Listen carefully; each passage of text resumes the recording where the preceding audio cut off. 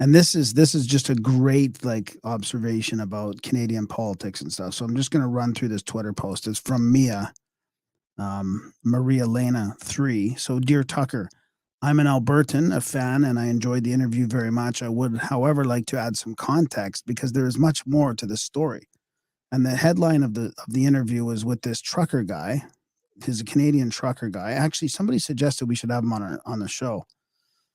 Trucker Gord McGill explains how darkness had descended on Canada. Whatever happened to the truckers who dared to protest Justin Trudeau, right? Some of them are in jail still years later. So I'm going to go to her post. Number 2 is electrical. Let me just get rid of the cat here for a sec.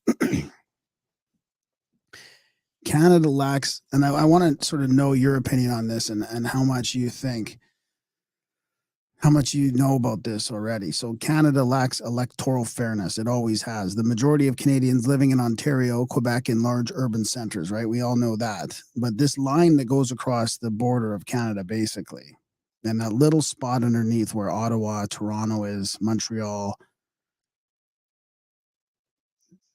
with the help of East Coast provinces, they decide who becomes PM. Most elections are decided before the votes west of Ontario are counted. So that would be like west of right here. So that little spot underneath, you must have lived up north and around here, right? Like quite a ways up north. Ontario's huge. I mean, not that far. I'm probably almost right on the line. Maybe a little above. I'm on the top really, side of the black line. It's maybe okay. a little above that. Because Winnipeg's almost touching the line, right? Yeah, Calgary right. would almost be touching the line too. Yeah. So that's that one. 3. Some argue the majority rules is democracy. For those of us in rural areas and Western Canada, there's tyranny of the majority. Tyranny of the majority. There's no regional fairness like the Electoral College. We lack the ability to vote a PM out. This image was created 100 years ago. So look at this. This is what's shocking to me. Alberta, Saskatchewan, Manitoba, this big cow from Eastern Canada, like eating the wheat from them, and they're milking the cow in Eastern Canada. So it's hard to believe it's still like this. Number 4, therefore, the navel gazing majority of Canadians make the rest of us look like fools. We have nothing more than hope that they will change their voting decisions. Eastern and Central Canada hold 68% of all federal seats. So, and then the rest from Winnipeg west is 32%. The Canadian Senate is also represents Canadians disproportionately. They are charged with a second approval on legislation, the sober second thought, paid very well and appointed by the prime minister, regionally unfair and unelected. So they have like Quebec has 24, Ontario has 24, all the rest of the provinces west of Ontario have 6 each, and same with the Atlantic province, and then 2 of them have 10.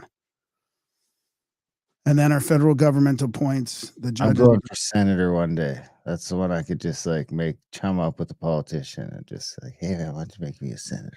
But it's weird though, right? Because we don't have a choice, right? Then how does the PM get to pick their senators to represent us? Like it doesn't make any sense. That's how the U.S. was too until one of the amendments. Oh, really? Huh. Our federal Might not have government been a also, bad idea. I mean, look at the fucking retards in there now.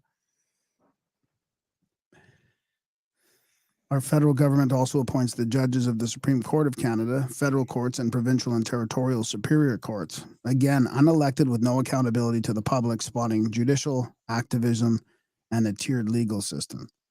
The Royal Canadian Mounted Police, the RCMP, is our federal law enforcement. Their commissioner is appointed by the GIC on the recommendation of the Prime Minister.